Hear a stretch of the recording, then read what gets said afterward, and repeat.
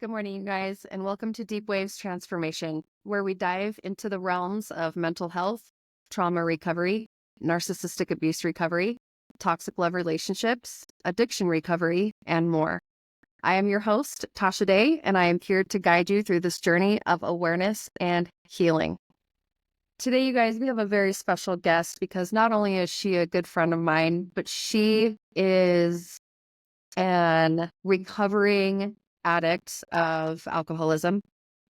And this hits deep with me because I have lost both of my parents to addiction, alcoholism, and drugs. So it's a real pleasure to introduce Ambree Hatch today from Salt Lake City, Utah. She is 18 months out of her recovery, 12 months sober. And basically, I'm going to let her tell us her beautiful journey and what led to her surrender in April of 2023. So, Ambree, it's really nice to have you here today. How are you? Good. How are you? Thank you for having me. Of course, I'm doing well. Good. So, let's share your journey in recovery and what motivated you to even start. I think the main thing that motivated me to start was I started losing love and interest in all the things I loved the most. And I found myself isolating from the people I'm the closest to, and even from my own husband and children. And I knew that my kids deserved a better mom and a more present mom. And so I woke up one day and said, I don't want to do this anymore. I'm tired. This is too much work. And it was Almost like tired of being tired and Yes, just tired of being hurt. Yes, exhausted from trying to hide my addiction, exhausted from not feeling feelings, exhausted from, I think the main word I'll use a lot in this is not being present. My mind wasn't clear. I wasn't being present in the people's lives that deserved it, and including myself. I wasn't even present with myself at all. I hated everything about myself. And so I needed to show my kids that if something's hard and you can't fix it on your own, it's okay to go out and reach for help.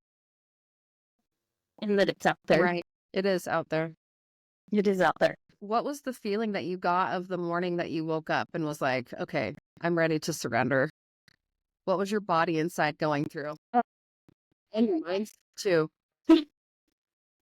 Complete fear. Complete. I felt a lot of feelings. I would say the top one was fear. And What would you say that you were afraid of?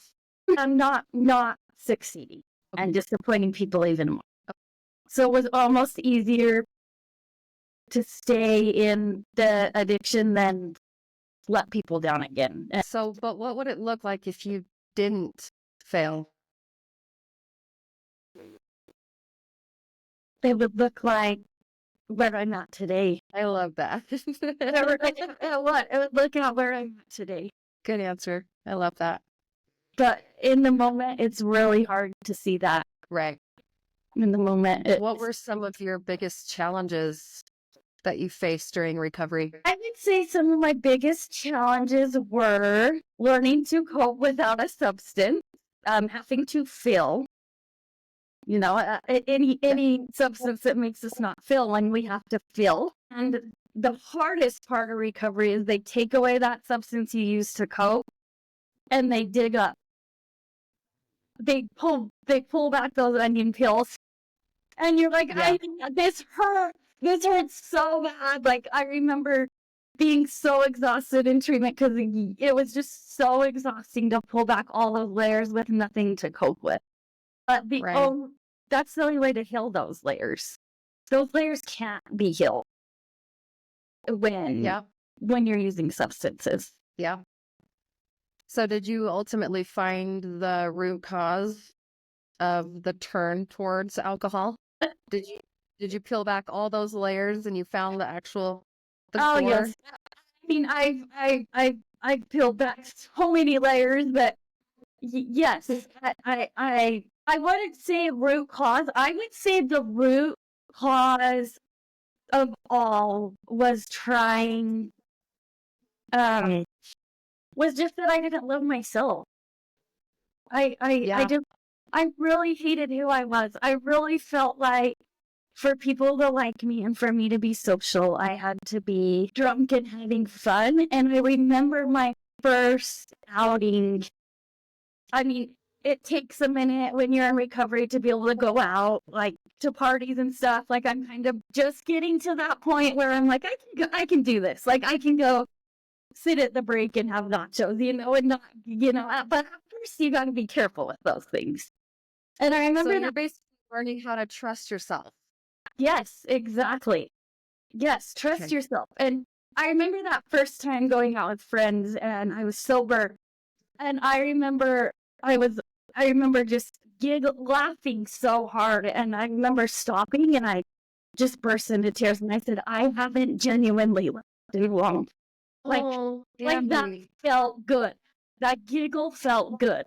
And that was the point where I'm like, I can still go out and have fun, or I can still, like, this is a joy I didn't know I was missing out on. That was your breakthrough. I love Mhm. that. Yep, and I As remember, simple as a giggle, you guys. yep, Yeah. as simple as a giggle. I just remember being like, that felt so good. That was a genuine giggle. And then,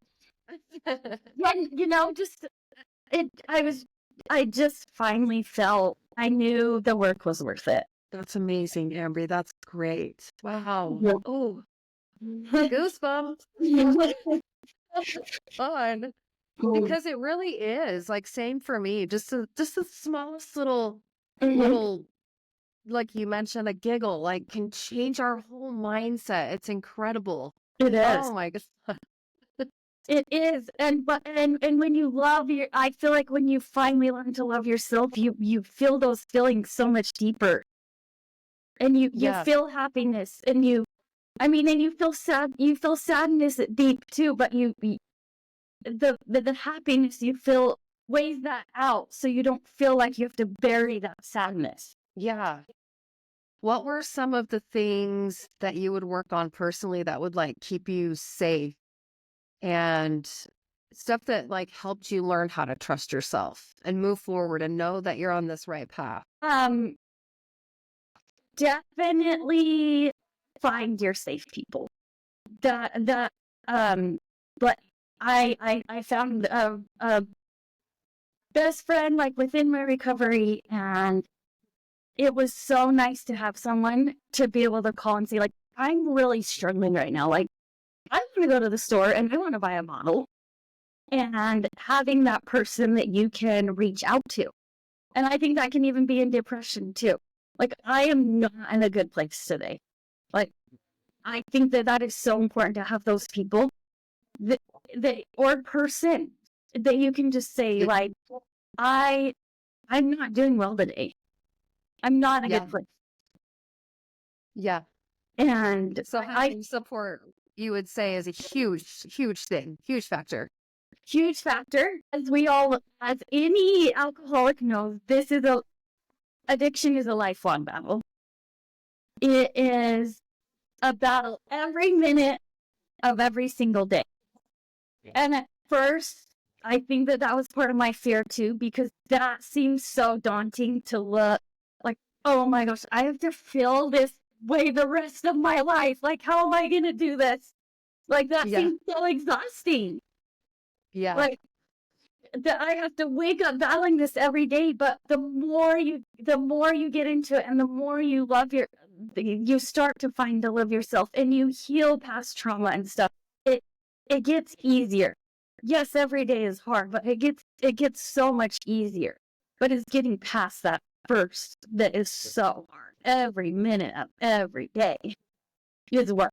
Yeah. Yeah. So how do you deal with triggers or cravings now?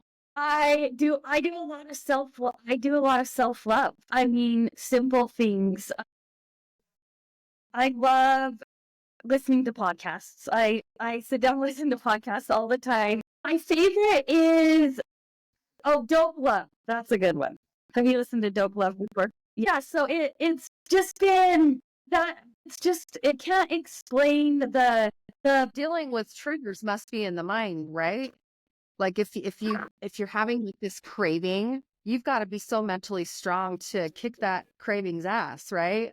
100% to Yeah. 100%. So what are some of the things that you would tell yourself?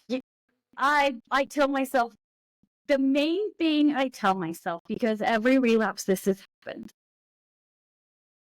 I come out feeling way worse than before I picked up the bottle. I come out, and because then I feel defeat, and then I feel disappointment, and then I feel regret, and then I had to have those relapses to be able to feel those things, to know. So I think that that's the important part to remember. I'm not saying relapses are okay. I'm not saying they're okay, but a lot of times those little lapses or those little mess ups in recovery are like the things that have taught me the most important things in this journey.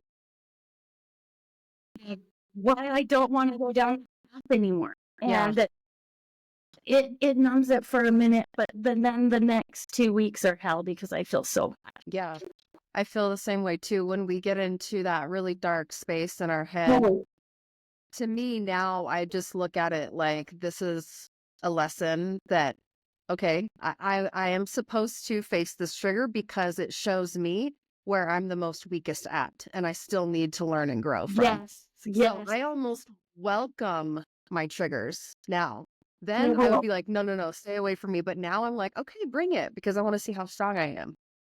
So I'm like, okay. 100%. Like that was me. Like I said, with my first time going out friend.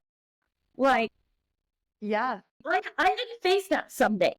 And when I faced it, and when I went on my first vacation ever since I was probably 18, when I went on my first vacation ever sober and had the most amazing vacation of my life, it showed me that like we have to step into those hard things to show ourselves how strong we are. And those are the moments that gave me confidence. Is to step into those moments, those hard moments where I'm like, how am I going to do this? And then I do, and I'm like, holy shit, like a year ago, there's no way I could have done that. Look how strong I am. Exactly. Yes. I think it takes those moments to really be like, okay, I can do this. Yeah, and you can do this. Yeah. What keeps you motivated to continue on your recovery journey? My number one is to hopefully that sharing my story saves one life. And that one life will turn into 5, will turn into 20, will turn into 50. Well, yes. And that's all I care about. And I've been criticized from people that I love very dearly that it's wrong that I've shared my story. And that's been really hard to cope with. But I'm to the point just now. Know at the end of the day, Ambree, you are saving lives the more you talk about it. I had to learn that literally vulnerability is now my superpower, whereas before it would be used against me. 100%. 100%. Yeah, but now it's my superpower and I use it to the fullest and I love it. And I know that I'm out there inspiring others because I hear the feedback. And so that gives me the push I need to say, okay, you're doing good. Keep doing what you're doing and just block out the white noise. I've had 3 different people, like way longer, like 3 different people in my life reach out and be like, I need help too, and have got treatment since I shared my story. See, you're already doing the work. Yep, that's all that matters to me, and I've just had to learn, and I'm sure you've realized this too in any type of recovery, mental, anything, recovering from abusive relationships, anything. One of the hardest parts for me of this has been when you find yourself, when you set boundaries with people that you never set boundaries with before. They don't like it. Yeah, let's talk about boundaries too after you're finished. Boundaries have been like changing to me. They've changed my life. Boundaries are hard, right? They're so hard, but they are so important in life. Yeah, they are. They are And so it's not that you're setting boundaries with them. You're no. setting boundaries with yourself, letting Yes. people know how to treat you and how not to treat you and what you're willing to tolerate. And see, Tasha, growing up, I was taught that, I mean, I wouldn't necessarily say I was taught it, but boundaries were me. That they were like, you don't set boundaries. That's being me. Don't tell that person to do that. And then when I learned that a boundary is only setting the standard of how I am going to tolerate people treating me. That's how Exactly. I describe a boundary. Not how they're treating me, how I'm going to allow someone to treat me. Exactly. So, Amber, tell me how this has affected your family life and the kids. My marriage is better than it's ever been. Ever. Stronger, better. My husband had to put in a lot of work too. He put in the work, and I'm so grateful for, because he was very uneducated on it, as a lot of people are. That's my whole goal in this, is education. And so my marriage is better than it's ever been. My kids are thriving. It was And how old hard. are they? Ivy was 5, Macy was 10, and Gavin was 12. So Okay. 5, yeah, 5, 10, and 12. Yes. Macy struggled the most with it. She's kind of my little buddy. She's my more, she's very in tune to things. And so she is currently in therapy and stuff and just thriving. She was really struggling with friendships and school and everything. And she's just thriving. And this has been life-changing for my kids, because I have been able to teach them things that I wish so bad I could have learned from a young age. I wish so bad at. I was 36 years old before I even heard the word boundary. I remember in treatment, my therapist asking me, what's your boundaries? And I said, what's that? What are those? Yeah, I get it. You totally get it. And I think the hardest part of this journey, and I'm sure you've seen this too, is when you find yourself. I found really hard how much my circle shrunk. Yes, exactly. It's hard to see that until I started looking at it as, now my circle holds quality, not quantity. Yeah. And And that's I'd where rather you have a feel circle of safe. people around me that hold quality than people around me that hold my life. Yeah. And that's important, right? Yes. So important. And that was really hard terms for me to come to, though. But Sure. my kids are there. It has been the best thing I've ever done for them. Like a cute little story. Macy's in the car, and so she's 11, and she's talking to one of her little dance friends, and her friend's like, and we're with this little girl's mom, and she's like, so-and-so's being mean to me out on the playground. And Macy goes, well, you want to know what? Really, you can set a boundary with her and say, you will not speak to, I'm setting a boundary with me, and you will not speak to me that way. I bust up laughing. I'm like, I'm sorry. We had a lot of therapy in our family the last year. So my kids are even. That's just proof that you're breaking those generational chains, Ambree. It really is. I know it, and so those kind of things are what keep me going. Yes, exactly. Keep me. I have a cute story too.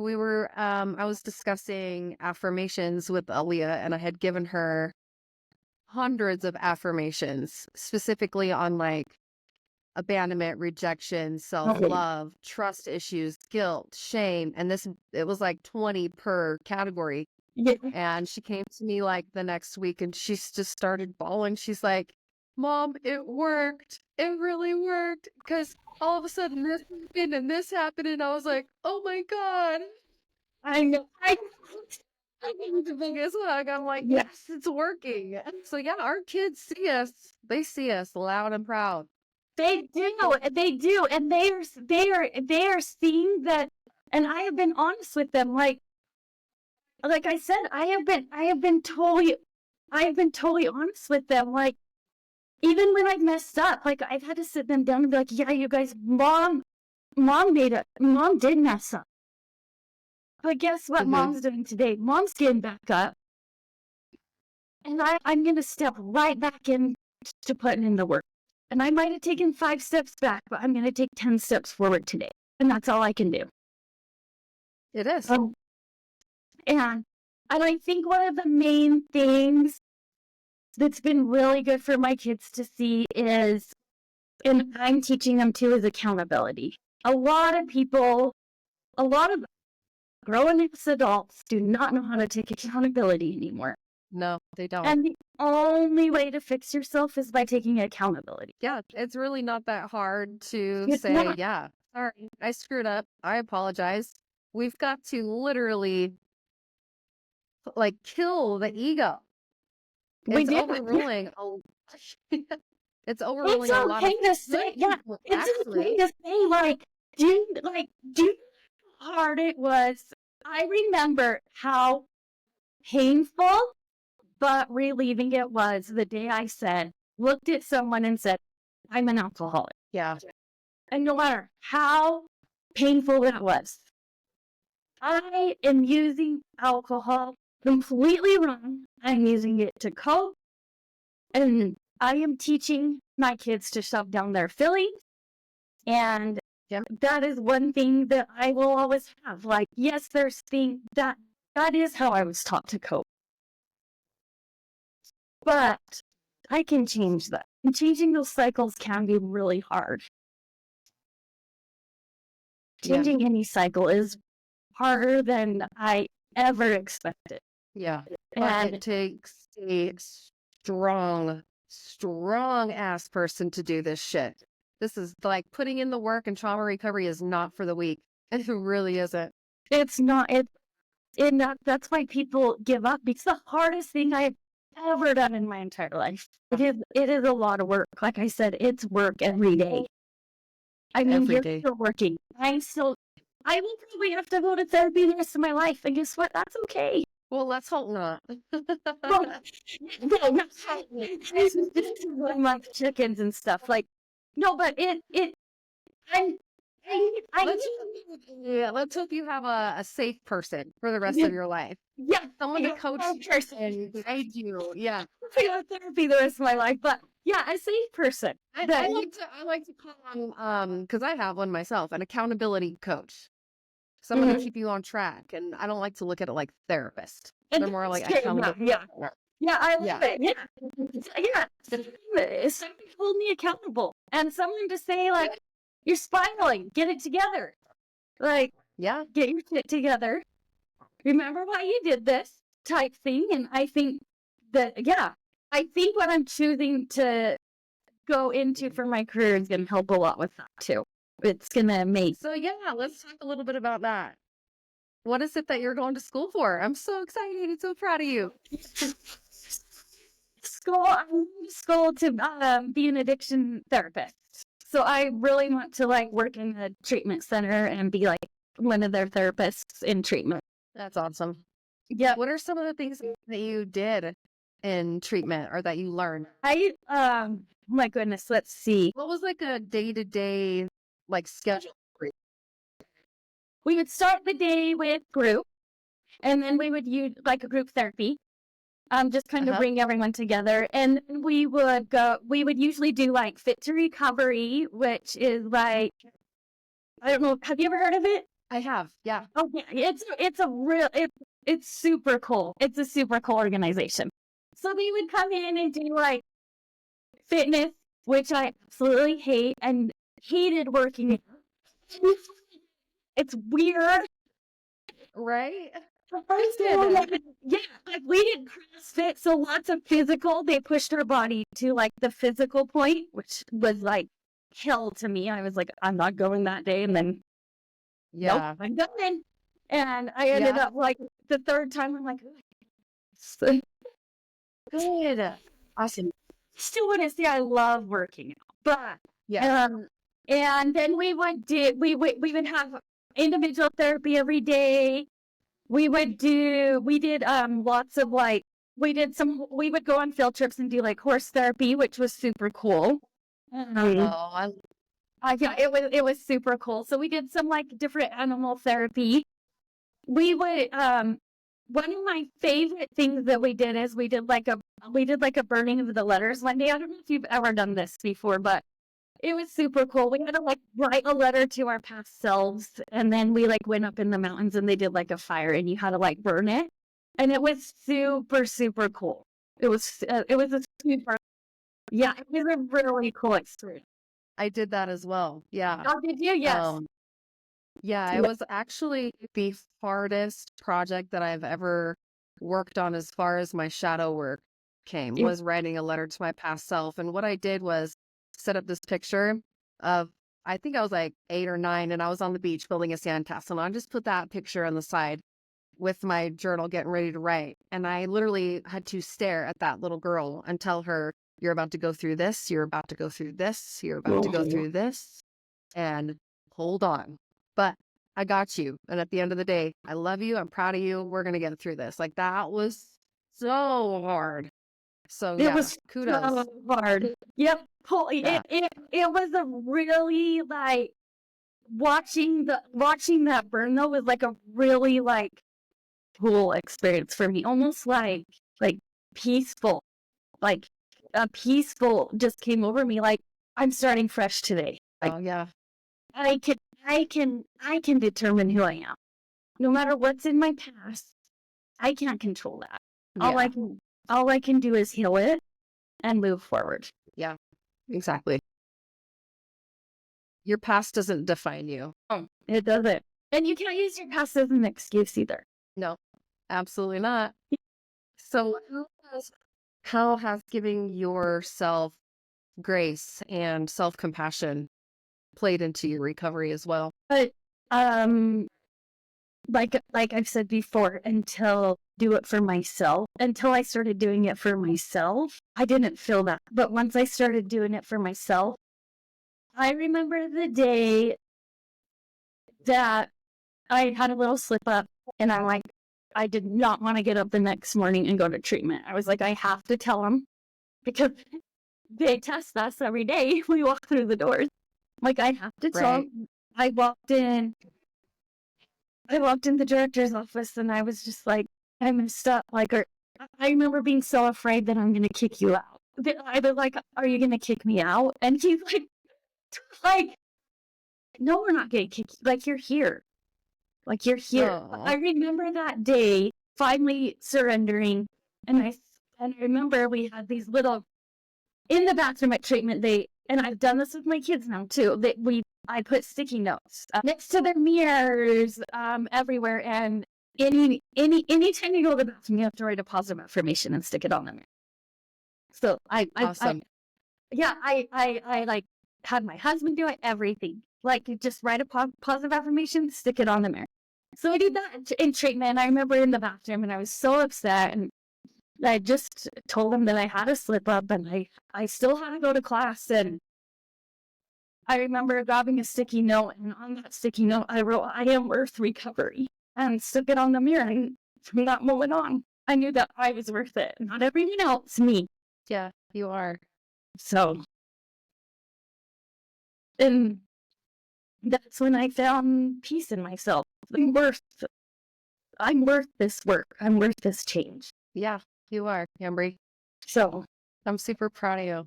thank you. What role does self-care play in your recovery journey now versus then? Like, what did self-care look like then versus now? Now that you're so clear from your mind and you can see things beautifully. I find a lot of, and I don't know if you find this, I find a lot of my self-care is honestly just, if I'm feeling overwhelmed or like I'm about to go crazy or I find myself sitting with my thoughts now, because I think before I couldn't do that. It was too painful to sit with them. And I love just being able to sit down now and sit with my thoughts for a minute. Same.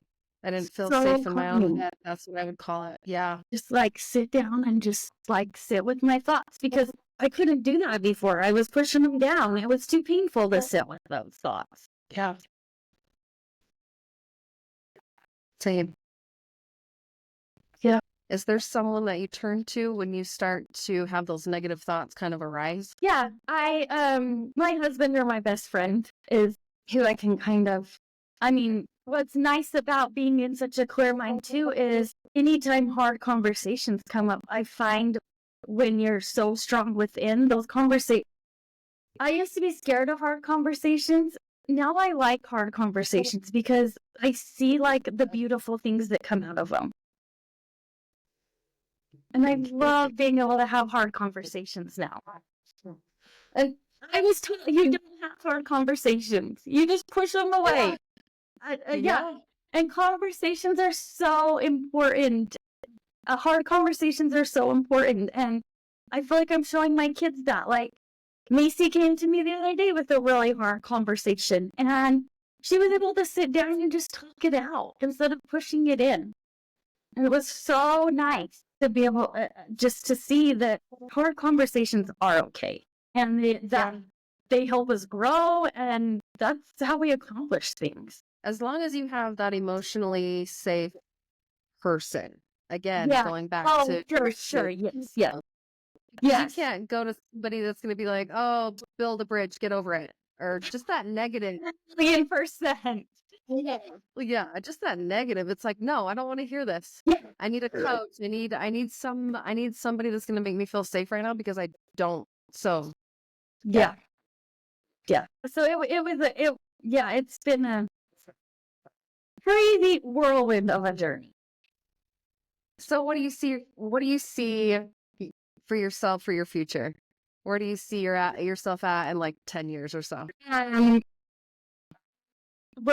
would really like to have a program developed in Utah within treatment centers that incorporate like family into like a family program to incorporate into like treatment centers and stuff, because like I'm sure that as a child those kind of things would have been really good for you to have, like support groups for kids whose parents are in addiction and different things like that. I think we need that's my goal, is to bring those resources forward and do that work.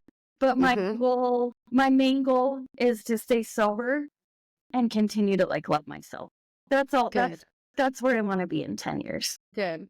That's awesome. What are some positive changes in your life today that you noticed that you didn't see before? Oh, there's a million. I physically feel amazing. I mentally feel calmer. My anxiety level is, I've been able to completely get off anxiety medication. And Really? I've been strong my entire life. But alcohol is such a huge anxiety inducer. Huge anxiety. And so, yeah, I feel like the main thing that has changed is I've always been very fearful of failing. And now I feel like I'm like fearless of that. I always had these big hopes and dreams to go to school and do all these things. But I like I said, when I went into treatment, my biggest was fear. Like, what if I fail? I'm gonna let everyone else down again.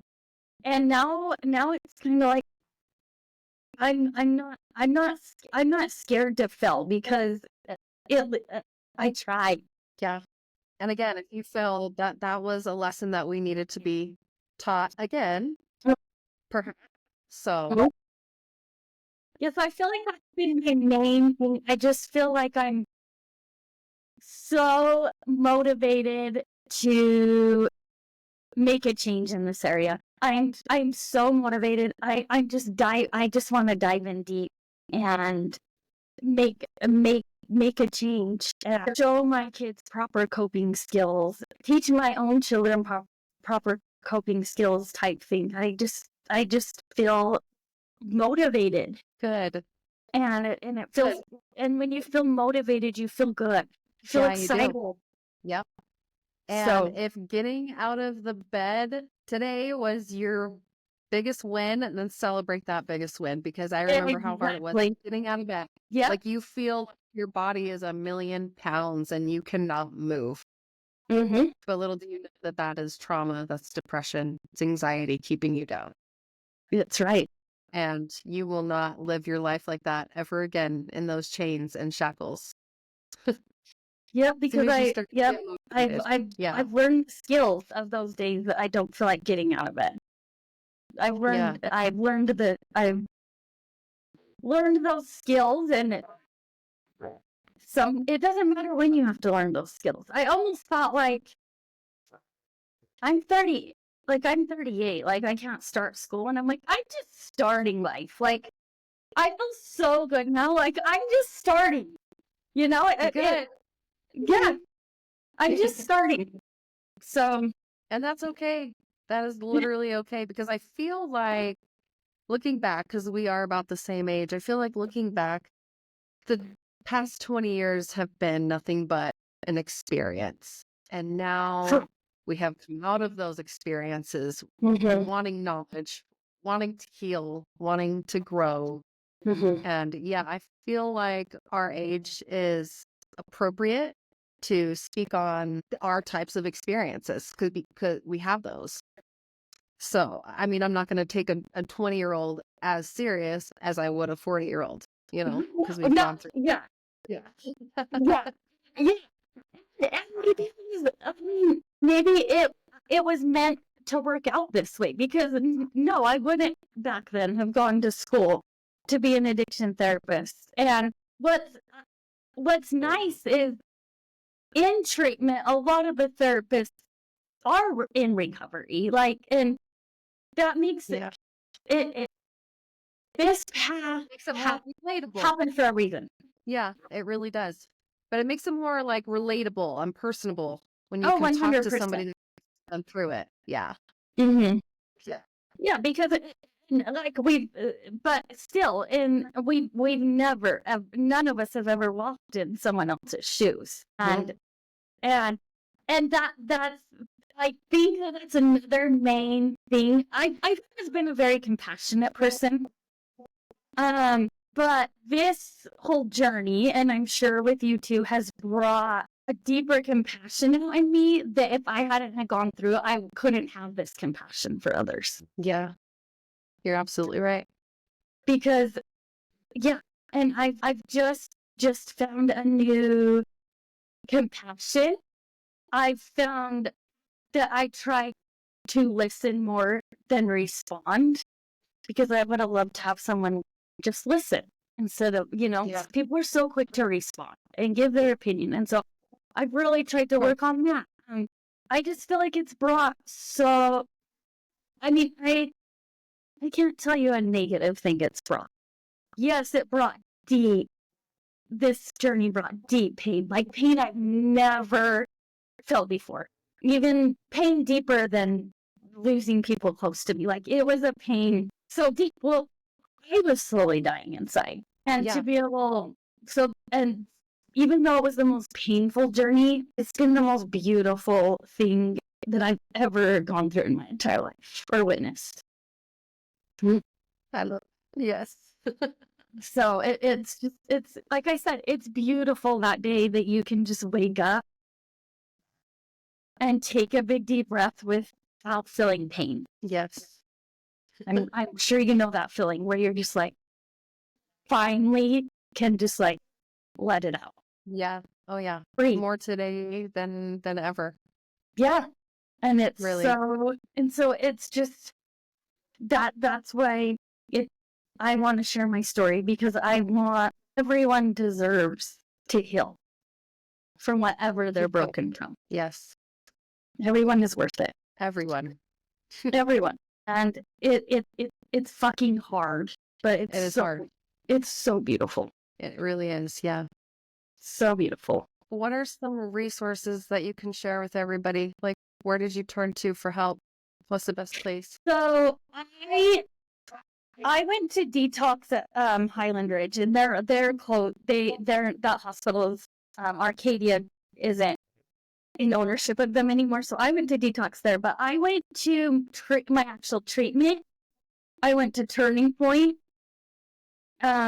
and they have an IOP, a PHP, and inpatient or residential. Sorry, residential. Okay. And I was very impressed. But there's just so many resources out there that I had no clue about. Like I'm a huge fan of Fit to Recovery. I love their motto, and I've just stayed connected with the sober community. Like, it's just been beautiful going to alumni nights at my recovery center, and I mean, it's kept me going, the sober community and staying involved. Like I've been following your podcast and just different things like that. Just staying involved. So you have built this beautiful community for yourself? Yes, I have. I have I have an awesome support behind me. Good. Yeah. Good. It's been same. Yeah, I know. I'm so happy for you. Like, I feel so bad for people who don't have anybody. Like, I don't know how you could beat this without support. And that's why I was saying, like, I feel like I said, everyone is on board when it comes to recovery or something like this. And so, like I said, my husband had to put in work. He had to go to classes. He's gone to therapy. He's had to put in the work too. And so that I'm forever blessed that I've had and that I've had the strength to reach out when I've needed support. Yes. And I want to also say that in anything, depression, recovery, the hardest part is even though I have people around me, there are still times that you feel so alone. And you're like, I am so alone in this. And that's why I think, like, your groups, that's like within my close circle. That's why I think, like, continuing to keep in touch, or your groups, or tuning into podcasts and stuff like that are so important, because it keeps you connected. It keeps the information fresh. Yeah. What you need to do for yourself. And so, yeah, I've been blessed. I have been blessed. That's amazing. I'm really happy for you, Ambree. Thank you. And thank you very much for coming on here. You're welcome. Sharing your story and being so vulnerable with us. I really appreciate it. You're welcome. I'm super proud of you. Big Thank air you. hug. Thank you. Well, you guys, that's all we have for today. Remember, your journey to healing starts with awareness. Stay strong and stay informed. Every step towards awareness is a step towards freedom. Until next time, keep riding the waves of transformation with us. I'm your host, Tasha. Have the most wonderful day. Thanks, Ambree. Have a good one. Thank you. For more information on where to find me, please visit deepwavescoaching.com and on Facebook and Instagram at Deep Waves Life Coaching.